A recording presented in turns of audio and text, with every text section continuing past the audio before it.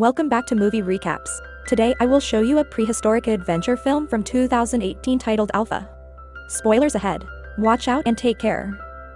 20,000 years ago in prehistoric Europe, a small group of hunters, led by their leader Tao, gets ready to attack a herd of steppe bison. They create a wall of spheres that causes the bison to stampede off a cliff, but 3 of them stay back, and one particular bull goes after Tao's son Keda.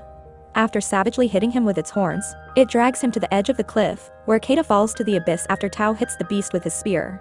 This all begins 1 week earlier, when the teenagers of the tribe are tested on their spear-making skills. The only ones to pass are Keda and his friend Kappa, so they will be brought to the last hunting expedition before winter comes as part of the ritual that marks them as adults. Now they also get beat up by the other man to learn the pain that will journey with them, and they are blessed by the local shaman by the campfire. Later, while pretending to be asleep, Keda overhears Tao and his mother Ro talking. Ro does not think he is ready to hunt because he leads with his heart, not his spear, but Tao believes Keda must do his part and prove himself to the tribe. The next morning, the hunting party leaves after saying goodbye to their loved ones and getting the shaman's blessing. Ro even gives Keda extra piece of fur as a safety token. The party begins traveling across the land by following the sacred path left by their ancestors who have made a series of rock sculptures that leave a trail for them to follow. The hand paintings on them pointed the direction they must take to the hunting ground. During the trip, they come across another hunting party led by 11, an old friend of Towns who has recently lost his son. Both parties begin traveling together then. Whenever he has the chance, Keda tries to prove himself to his father, but he is not able to start a fire, and cannot bring himself to kill the boar the other man capture, so he feels like a failure.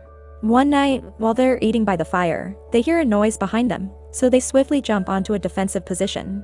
When nothing comes, they quickly relax, which proves to be a mistake. A cave lion suddenly jumps out and snatches Kappa, who it takes away to feed on. The next morning, the men build a cairn to give Kappa a memorial service that symbolizes the passing of one spirit to the afterlife. The trip continues, which only stops to hunt unrest one evening when they find a large and safe cave to sleep in. Tao takes the chance to make Keda get a tattoo of the constellations just like him. That way he will always find a way home. It takes a good amount of days, but eventually they find a trail of dump. It takes them to a herd of steppe bison, and which brings the story back to the beginning as he falls. Keda tries to hold onto a rough cliff edge, but he slips and lands on a further ledge where he breaks a leg and falls unconscious. Desperate to save his son, Town tries to climb down, but his fellow hunters stop him, pointing out it is too late. While the men bring this ledge to carry the bison on, Tao stays by the edge of the cliff, crying in denial. Now that their hunt has been divided equally, his party leaves on their own to return to their home. So Tao's group has one last night of camping before convincing their leader it's time to move on. The following morning, Tao builds another cairn while tears of grief continue to fall. Many hours after the party is gone, a vulture lands on Keda, tries to feed on him. This makes him wake up, and after pushing the bird of him by wringing its neck, he realizes the situation he is in. Dragging his broken leg behind him, Keda tries to climb down, but there are not enough rough edges for him to hold on, and ends up hanging in there for a long excruciating moment.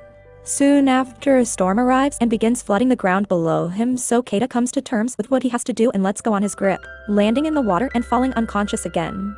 When he wakes up the next morning, it has stopped raining in.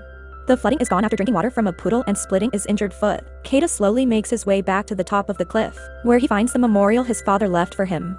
But Keda kicks it in frustration when he realizes he's been left behind and must find his way home on his own. Keda begins traveling alone. He feeds himself bugs, fills his canteen in any poodle he can find, and climbs trees to sleep safely at night, away from predators. When a pack of wolves find him in the middle of the day, Keda runs to a tree again, stabbing one of the wolves when he grabs his legs before he finally climbs to safety. He stays on top of the tree until the wolves get tired of waiting and they all leave except for the one Keda injured. He prepares a spear to finish it off, but he cannot bring himself to do it, so he decides to ignore it instead. Except Keda cannot do that either. The wolf's painful whining is too much to hear. Keda decides to help, and after tying up its mouth not to get bitten, he picks up the wolf and carries it to the lake in order to clean its wound. Sadly, they cannot rest there for long because there are hyenas nearby, so Keda carries the wolf again until they find shelter in a cave where they can sleep safely. The next morning, Keda finds some mortar near a bunch of bones and uses it to create a plant cell that he applies on his foot, while the wolf manages to free his now. Seeing as the animal is behaving, Keda decides to share his water with it, which the wolf finally accepts, after lots of growling. Keda goes as far as cleaning the wound with the furs his mother gave him and sharing the worms he finds with the wolf as well. But worms are not enough to keep themselves fed, so he too finally gets brave enough to make his first hunt. He kills a rabbit with a rock and even manages to start a fire last to cook it. The wolf tries to take the rabbit from him, but quickly pushes him away, remembering the lessons about leadership his father has taught him. He established his dominance by always eating first and feeding the wolf after he is done. No matter how much he shares with it, though, the wolf still will not allow him to touch it. Winter is quickly approaching. Kodi must find a way home before snow begins to fall. He does not think he can make it without his father, but he has to try. After putting together enough supplies and struggling with the wolf to get his fur back, Kodi leaves the cave and begins walking his way back, feeling frustrated because the wolf will not stop following him, no matter how many times he tells it to go away. Eventually, Kodi gives up and accepts the wolf as his new travel companion, even training it to come over when he whistles. The first attempt at hunting together was a complete bust, but after a few tries, they managed to find a way to sync their attacks and get their prey without too much effort. At night, Kodi double-checks they are going in the right direction by using the constellation tattoo on his hand, and the wolf begins sleeping next to him, even allowing him to touch it now that he's gained his trust. After an afternoon spent in the lake bathing and fishing, Kodi decides to name the wolf Alpha. Their trip is taking so long that winter finally catches up with him and snow starts to fall one evening while they're eating by the bonfire. They are approached by a pack of wolves that turns out to be Alpha's family. Knowing what it's like to miss your loved ones, Kodi tells Alpha to go with them, so now he is left to continue traveling alone. As time passes, snowstorms become more common, so Kodi is having difficulty making much progress each day, especially when he has a devastating dream of Tao arriving home and giving Ro the bad news. After a few days of walking through yet another storm, he comes across Alpha and its pack, but when he runs towards them, the ice breaks under his feet and he falls into the freezing water as his mother fur and most of his equipment float away. Kodi hits the ice with his knife and manages to break enough to let out to drag him out. The two of them begin traveling together again, and later that night, Kodi sleeps hugging Alpha to regain some warm finished freezing body. After advancing a few more miles, they find a trail of tracks that they follow to a hut, but sadly the owner has frozen to death. There is no food to be found, but Kodi grabs about an arrow to hunt, ignoring Alpha's worry when he suddenly begins to cough up blood. Sometime later, the duo finds itself between a rock and a hard place. There are hyenas following them, but also a very dangerous storm ahead of them, so they run until they find a cave to hide in. Unfortunately, the place is not empty. There is a cave lion that does not hesitate to attack them. Alpha fights it fiercely while Kodi puts arrow on his bow, concentrating to hit the right target. He manages to kill the lion and save Alpha, who still comes out heavily wounded from the fight. When they go back to very slowly traveling in the middle of the snowstorm, they find the sculpture that marks the sacred path, so Kodi knows they must be close.